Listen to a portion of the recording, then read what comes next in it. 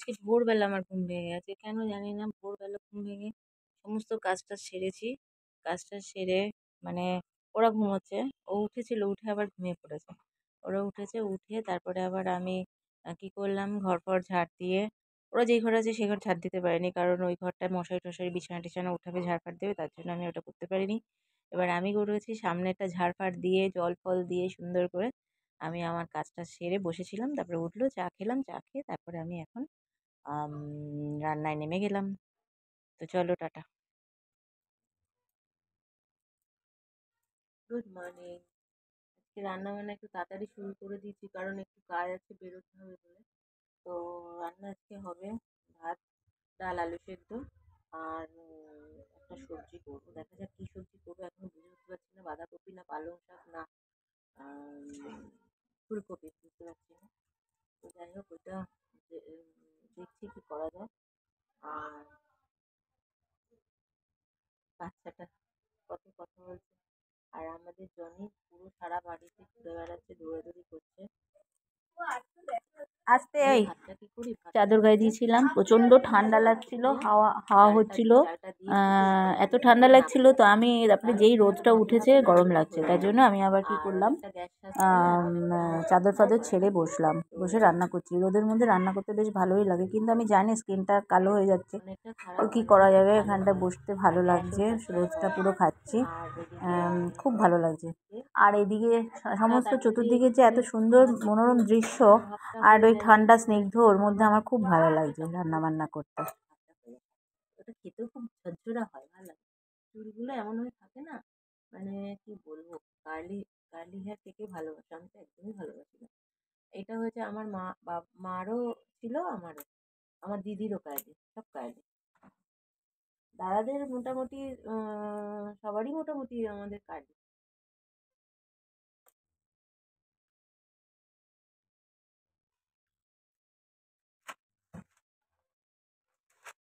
সকালবেলা ঘুম থেকে উঠে একটা বিশাল চিন্তা, এই রান্না করো বান্না করো, ভাল লাগে না আমার আর।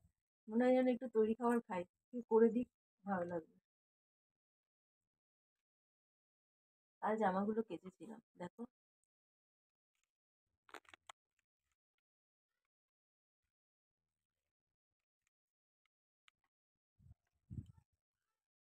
বুঝতে পেরেছো, জামাগুলো কেচেছিলাম।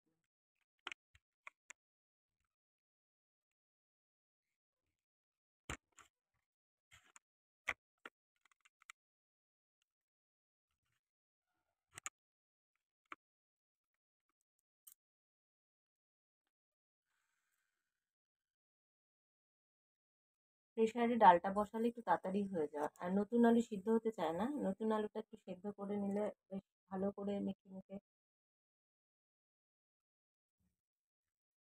কত ফুল ফুটেছে ওই বাড়িটাতে, দেখো কত বড় বড় গাঁদা ফুল, জবা ফুল। একটা জবা আছে পুরো থালার মতো, মানে কালারটা একদম লাল, আর থালার মতো, খুব সুন্দর। মেঘ করেছে একটু, মানে এই রোদ হলো, আবার মেঘ মেঘ করেছে, তার জন্য অন্ধকার হয়ে গেল একটুখানি সবার জন্য, যেরকম দেখা যাচ্ছে না, মনে হচ্ছে না, মানে বেশ বেশ মেঘ হয়ে গেল, আর হাওয়া দিচ্ছে, বেশ হাওয়া দিচ্ছে। এই সময়টা একটু ঠান্ডা ঠান্ডা লাগছে, আমি সব ছেড়ে দিয়েছিলাম, কিন্তু আবার মনে হচ্ছে পড়তে হবে। যাই হোক, আমি রান্না বান্না কমপ্লিট করে নিচে যাব, আমার অনেক কাজ আছে, আজকে একটু বেরোনো আছে, সব কাজ সারতে বেরোতে হবে একটু বাইরে, কারণ ঘরে থাকলে শুধু কাজ হয় না। জল টল পড়ে যায়, রাবারটা ঠিক মতো না লাগালে খুব মানে অসহ্য লাগে। বসে বসে ভাবছি যে কিরকম হয়ে যায় সব জীবন, বলো। দোকানটাকে বিক্রি করে দেবো, দোকানটাকে আমি আর রাখবো না, কারণ আমি আর যেতে পারছি না বলে দোকানটাকে সেল করে দেবো।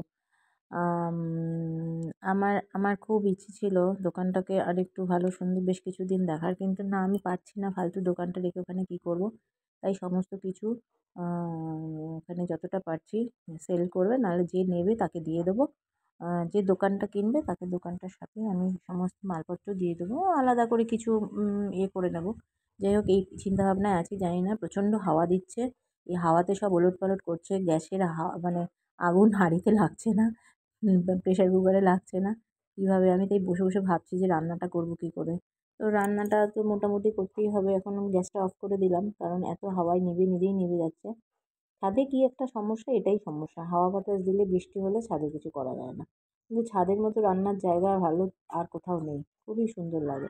এদিকে আবার জনি সাইড থেকে এসে আমাকে খোঁচাচ্ছে, মা আমাকে খেতে দাও করে কতবার হাতের মধ্যে গুঁতো দিয়ে গেল, দিয়ে এবার ওখানে গিয়ে দাঁড়িয়েছে। আমি বললাম কী করছিস ও?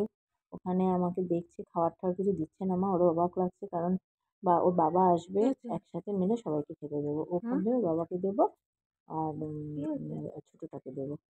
তো মানে ও ও ও অ্যাকচুয়ালি কী হয়, আমি যখন নিচে রান্না করি ও নিচেই বসে থাকে আমার পাশেই। কী হয়, ও প্রচণ্ড অ্যাটেনশন দেয়। আবার উপরে যদি থাকি, উপরে একদম উপরে এত রোদ যদি থাকে, এমনিতে তো কালো গায়ের রঙ, রোদ থাকলেও ও নিচে নামবে না। কেন নামবে না? কারণ কি, ও জানি না কেন যেন পুরো পাশে পাশে বসে থাকে। ওর ওর অ্যাক্টিভিটিস আমার এতটাই ভালো লাগে, মনে হয় একটা মানুষেরও সেটা থাকে না, বা একটা বুঝ থাকে না, একটা পশুর যা থাকে, সত্যি কথা। তো খুবই ভালো লাগে, আর প্রচণ্ড প্রচণ্ড সেন্স ফ্যামিলির প্রতি ওর, এতটাই ভালো লাগে। আর ওকে যদি আমি ভালোভাবে ট্রেনিং দিতাম, তাহলে ওর আরও ভালো হতো। তো তোমাদের কেমন লাগলো আমার এই ভিডিওটা অবশ্যই জানাবে, ভালো লাগলে সাবস্ক্রাইব